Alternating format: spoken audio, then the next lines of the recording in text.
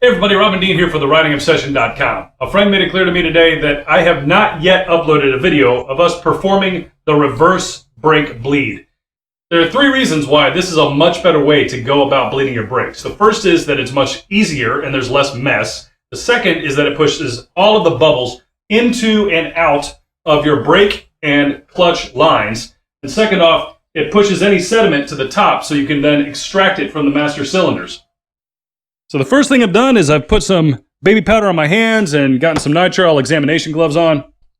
You're going to want two of your nastier shop rags to go on either end of the process, one at the master cylinder and the other one at the bleed screw.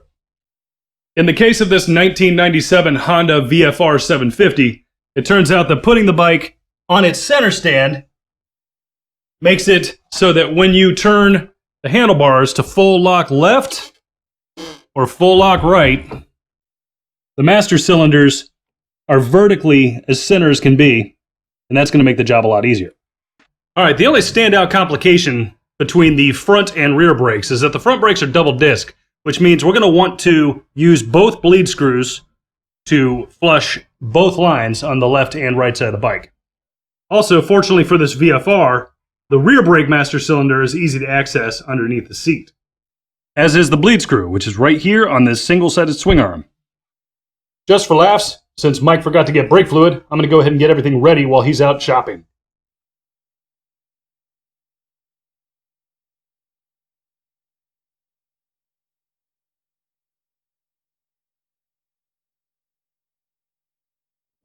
And then to really ensure that all the plastics and paints are protected, we're going to have one extra towel that we'll place underneath in case anything should happen. Now, for those of you unfamiliar with the various types of brake fluid, typically what we see most is .3, .4, and sometimes .5, although that's kind of obscure. And the rule of thumb is that you can mix and match .3 and .4 as much as you like. No big deal. .5, on the other hand, you cannot mix with any other type of brake fluid, so be advised. So either use all .3, all .4, a combination of .3 and .4, or all .5 without any added elements.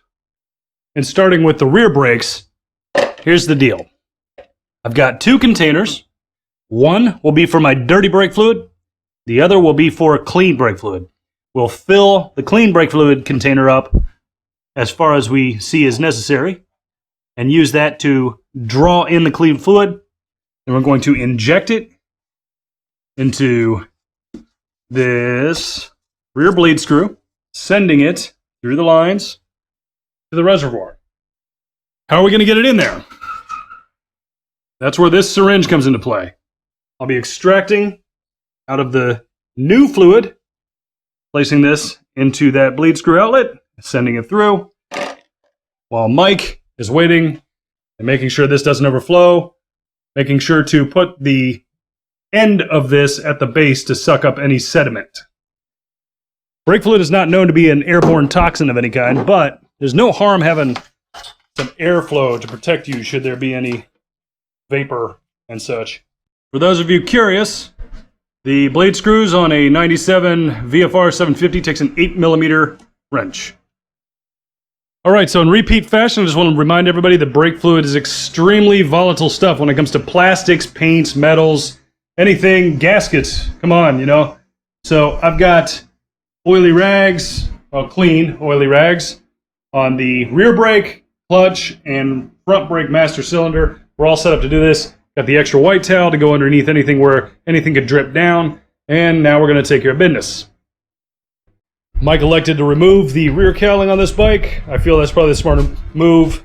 Now it's easier to get to access to this. The first thing I'm going to do is make sure that my ratchet wrench here is in the right direction because I want to loosen this bleed screw like such. Let's make sure it doesn't end up blasting out on us or anything like that. Oh, there it is, see? Tighten that back up. That's not a bad thing, it's just something we're going to have to deal with. That's how these messes go. And that's what we're getting rid of. That nasty root beeridness will be gone in a moment. Mike is going to use this syringe Go ahead. Just gonna basically filter that down. Sometimes they're a little touchy, so they pop into place, and then basically draw in some of the bad, not a lot. And then we're gonna fill that back up from the base.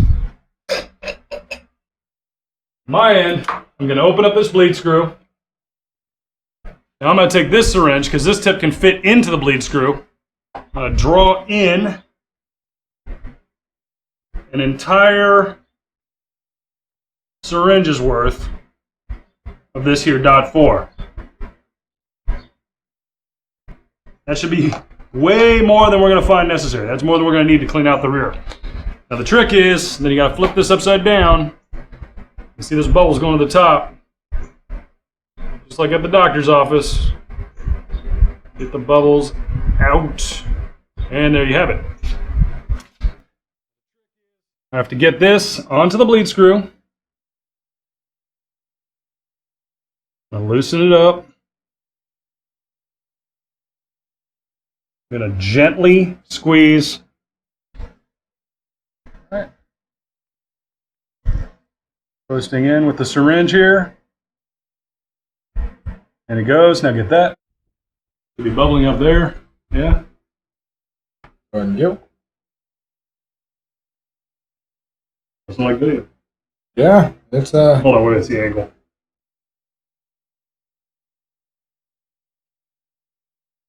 There you go, get it? Keep going. Yeah? Yep. You see the sediment just barely coming in. Seal this off again. So what was a deep root beer is now a more light blonde. It should be much better. We're filled up to the halfway point, maybe a little bit just between the low and the medium side. So that should do the job for the rear brakes. Now we'll move on to the front. This episode of theridingobsession.com is brought to you by JB Alberto's. JB Alberto's. I use their shirts for garage rags. Alright, so you want to take a look at this stuff? Yeah, dude. It's like wow. caramel. That is rough. That is rough. Here's what we're going to be removing. The cola. That's full-on cola. That's beyond root beer. We're going to de-cola this noise. Let's make it happen. So what Mike's doing is he's basically moving the straw around to suck up any sediment that's collected in the reservoir. Pulling out all that nastiness. That's rough. Now on my end, I am going to extract some clear brake fluid. I'll make sure to get out any bubbles that might have been up in there. Gracefully and carefully loosen the bleed screw. Now with the angle we actually needed, we just gently inject the clean brake fluid. Tell me when to stop. Oh, it's going to be clear after this. I'm about to run out. I'm going to pull, right? Right. All right. Tighten that up. Just hand tighten it to the point where it's stopped. Draw out some more. Pushing everything directly into the brake lines. No bubbles. I'm going to stop here. I'm going to lock up the bleed screw. I'll wipe off this whole section. There's two brake lines. It's a double disc. The next thing I have to do is I have to go to the other side and deal with that side. Now you might think that that's going to give me trouble because it's at a inside angle underneath the fairing here. But the truth is, it actually works out pretty good. So long as you have enough space to straighten out the syringe, there's no issue.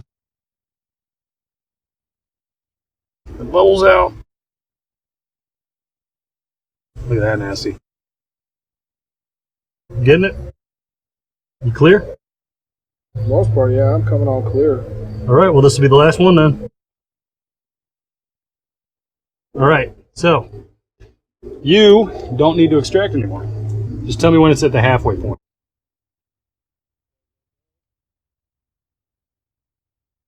And right there. Cool. Tighten this up. Probably a little bit high, but That's all right. High's better than low, right?